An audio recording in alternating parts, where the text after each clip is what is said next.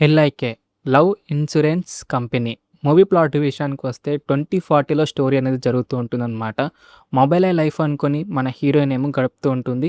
కానీ మన హీరోకేమో అసలు మొబైల్ అంటే తెలీదనమాట.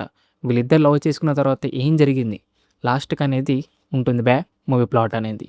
మరి ప్లస్ పాయింట్ గురించి అయితే మాట్లాడుకుంటే మూవీ స్టార్ట్ అవ్వడం చాలా ఇంట్రెస్టింగ్ అయితే స్టార్ట్ అవుతుందన్నమాట. 2040లో అసలు ఎలా ఉంటుంది, లవ్ అంటే ఎలా చేసుకోవాలి, అసలు ఎల్ఐకే యాప్ అంటే ఏంటిది అనేది చాలా మంచిగా క్లియర్‌గా అయితే చూపెడతారనమాట స్టార్ట్ అవ్వడమే.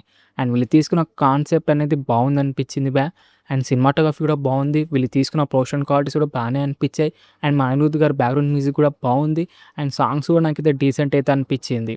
ఇక మైనస్ పాయింట్ గురించి అయితే మాట్లాడుకుంటే వీళ్ళు తీసుకున్న కాన్సెప్ట్ అనేది బాగుంది కానీ స్టోరీ అనేది అంత కొత్తగా అయితే లేదనమాట. 2026లోనే ఉన్నట్టే ఉంది ఆ స్టోరీ అనేది. Cringe comedy scenes, cringe scenes అని చెప్పుకోవచ్చు. అండ్ వీళ్ళిద్దరి లవ్ స్టోరీ అయితే కొత్తగా అయితే ఉండదు. చాలా రొటీన్ లవ్ స్టోరీ అయితే ఉంటుంది. ఆ లవ్ స్టోరీ అబ్బా ఇదిరా లవ్ స్టోరీ అన్నట్టయితే ఉండదనమాట. చాలా రొటీన్ లవ్ స్టోరీ అనిపిస్తది. అండ్ మనకు పిచ్చా బోర్ కొట్టిస్తది చాలా స్లో నరేషన్ అయితే తీసుకెళ్తాడనమాట మూవీని. అలాగే మనకు ఏది కూడా కొత్తదనం అనేది ఉండదనమాట. అరే! కొత్త స్టోరీ చూస్తున్నాం అనే ఫీలింగ్ అయితే రాదు. దాంతో పాటు మొత్తం మనకైతే ప్రెడిక్టబుల్‌గా అయితే తీసుకెళ్తారనమాట. నెక్స్ట్ ఏం జరుగుతుందో యాజ్ ఇట్ ఈజ్ మనకైతే గుర్తొస్తూనే ఉంటుంది. అలాగే మెయిన్ లెట్ డౌన్ ఏంటిదిరా అంటే ఈ మూవీలో ఎమోషనల్ సీన్స్ అనమాట. చాలా ఎమోషనల్ సీన్స్ ఉంటాయి. కానీ ఏది కూడా మనకైతే కనెక్ట్ కావనమాట ఆ ఎమోషనల్ సీన్స్‌కి. అంత డమ్ రైటింగ్ అయితే ఉంటుంది ఆ ఎమోషనల్ సీన్స్‌లో అయితే. అలాగే మన హీరోయిన్ క్యారెక్టర్ సెకండ్ హాఫ్ అయితే పిచ్చ కోపం వచ్చిందనమాట. ఎందుకంటే కొంతసేపేమో మొబైలే నా లైఫ్ అంటది. ఇంకొంతసేపేమో మనకు హీరో లైఫ్ అంటది. అసలు ఏం క్యారెక్టర్ రా బాబు అనిపించిందనమాట. దాంతో పాటు మన హీరో గారి క్యారెక్టర్ గాని, ఎస్ఎస్ హీరో గారి క్యారెక్టర్ గాని కొత్తదనం అనేది ఏది ఉండదు. మన హీరో గారి క్యారెక్టర్ అయితే పాత మూవీస్ లాగానే ఉంటదనమాట క్యారెక్టర్ అనేది.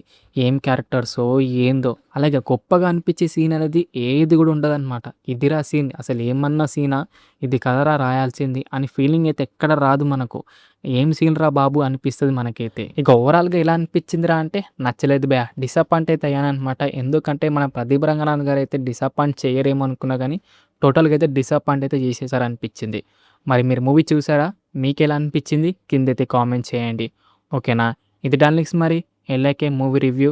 రివ్యూ కనుక నచ్చితే మటుకు దయచేసి వీడియోని లైక్ చేయండి, షేర్ చేయండి, అలాగే సబ్స్క్రైబ్ అయితే చేసుకోండి. ఓకేనా?